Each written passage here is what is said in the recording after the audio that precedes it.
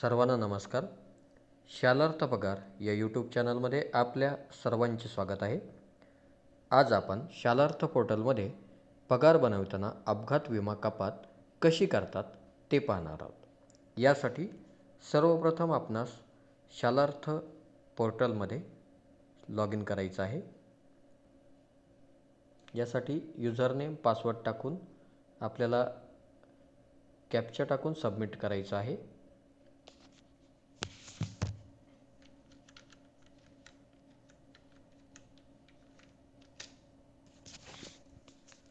सदर पोर्टलमध्ये log in झाल्यानंतर ज्या स्टेप आहेत त्या पुढील प्रमाणे आहेत.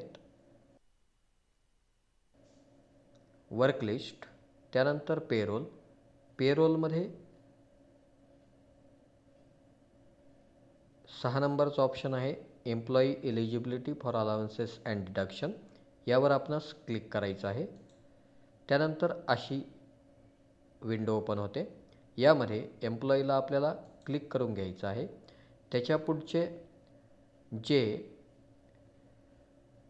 टॅब्स आहेत अलाउन्सेस अँड डिडक्शन, यामध्ये आपल्याला ग्रुप ॲक्सिडेंटल इन्शुरन्स या टॅबला क्लिक करून घ्यायचं आहे. त्यानंतर सदर चेंजेस सेव्ह करून घ्यायचे आहेत.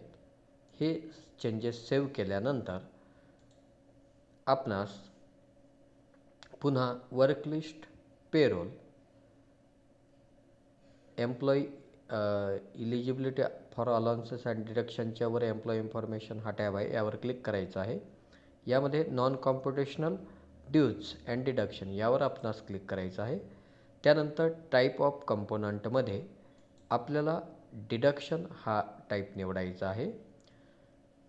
पुढील सिलेक्ट पे आयटम यामध्ये आपणास ग्रुप ॲक्सिडेंटल इन्शुरन्स यावर क्लिक करायचं आहे आणि ओकेला क्लिक करून नंतर आपल्याला बिल ग्रुप निवडायचा आहे.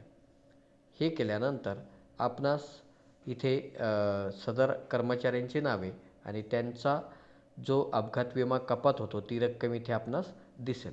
ही रक्कम जर बरोबर असेल तर आपण सेव्ह करू शकता किंवा सदर रकमेमध्ये जर काही बदल असेल तर तो करून आपण हा डाटा सेव्ह करू शकता.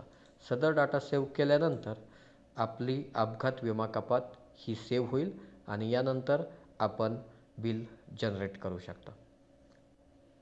शालार्थ पगार या यूट्यूब चॅनलला भेट दिल्याबद्दल धन्यवाद.